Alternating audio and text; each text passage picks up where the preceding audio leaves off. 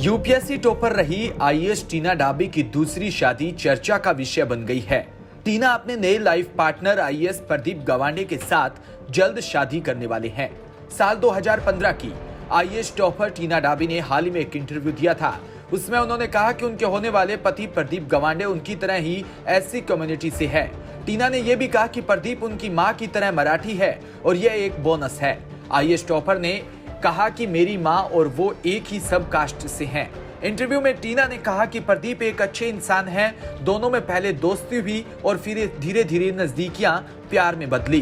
फिर हमने शादी करने का फैसला लिया।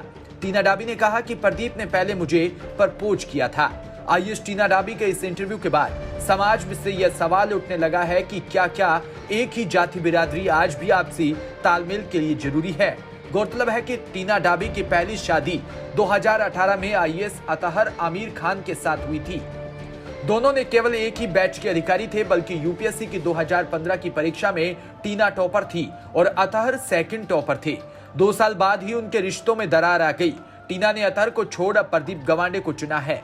दोनों 20 अप्रैल को विवाह के बंधन में बंध जाएंगे। टीना डाबी ने कुछ दिन पहले ही अपनी सगाई की खबर सोशल मीडिया पर शेयर की थी। इसके बाद सोशल मीडिया पर कई तरह की अफवाहें फैलने लगी। इन पर टीना ने खुद स्पष्टीकरण दे दिया। उन्होंने कहा कि उनकी और प्रदीप की पहले दोस्ती हुई, उसके बाद दोनों करीब आ गए। अब उन्होंने एक साथ जिंदगी बिताने का फैसला लिया है।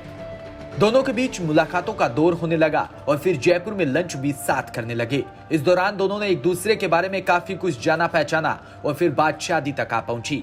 बता दें, प्रदीप टीना से 13 साल बड़े हैं। इस पर जब टीना से सवाल किया तो उन्होंने कहा कि उम्र के आधार पर रिश्ते तय नहीं होते।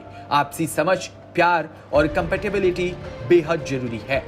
Bureau report, DPK news.